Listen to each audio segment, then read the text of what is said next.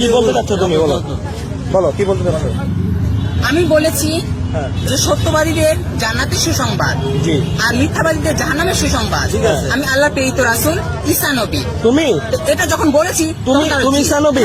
আচ্ছা আচ্ছা, good, fine. ঈসা নবী তো আরবিতে কথা বলতে পারে, আরবিতে আমাকে তুমি বলো কথা। হযরত মুহাম্মদ সাল্লাল্লাহু আলাইহি ওয়াসাল্লাম নিজের মাতৃভাষায় কিন্তু কোরআন শিক্ষা অর্জন করেছেন। ঈসা আলাইহিস সালাম হিব্রু ভাষায় কথা বলতেন। তুমি হিব্রু ভাষায় কথা বলো তো ভাই। আল্লাহ যতক্ষণ আল্লাহ বলতে আমি যাকে খুশি তাকে। ঈসা আলাইহিস সালাম কখন নামবে জানো? কোথায় নামবে? দামেস্কে একটা দুইটা মসজিদের মধ্যে ঈসা আলাইহিস সালাম নামবে।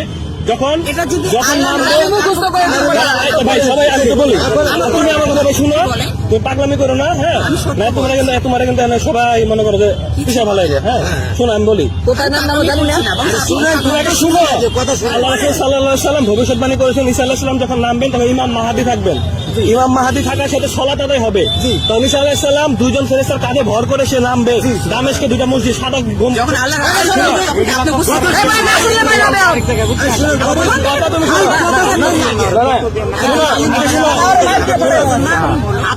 আমার কথা শোনো, ইমাম মাহদী তখন বলবে ঈসা আলাইহিস সালাম আপনি সালাত করেন। ইমাম মাহদী তখন ঈসা আলাইহিস সালাম বলবে আমি সালাত করব, আপনি পড়ান। তুমি কি ইমাম মাহদীকে দেখেছো? ইমাম মাহদী এখন আসলো, ঈসা আলাইহিস সালাম কোথা থেকে আসলো? ফাজলামি করো। ইসলামে বিভ্রান্ত পাইছো তুমি। হ্যাঁ, ইমাম মাহদী নামাজ পড়াবে। তুমি ইমাম মাহদীকে দেখেছো? ইমাম মাহদী কসম জানো? দামেস্কে তুমি করো, তুমি দেখো দামেস্কে। ভালো, তুমি ইসলাম থেকে ধ্বংস করতে আসছো।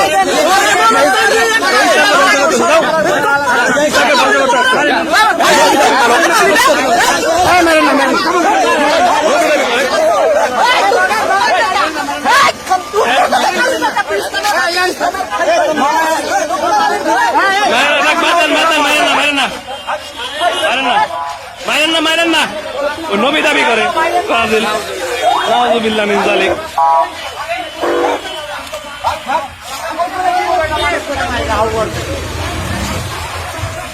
বলেন তো, আমার তো ধরেন, আমি তো বলে দিই।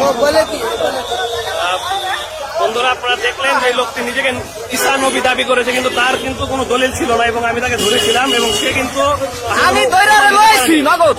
কোনো প্রমাণের কারণে আপনাদের কাছে সুস্পষ্ট ভাবে বলে দিচ্ছি ঈসা আলাইহিস সালাম আসবেন ইমাম মাহদীর পরে।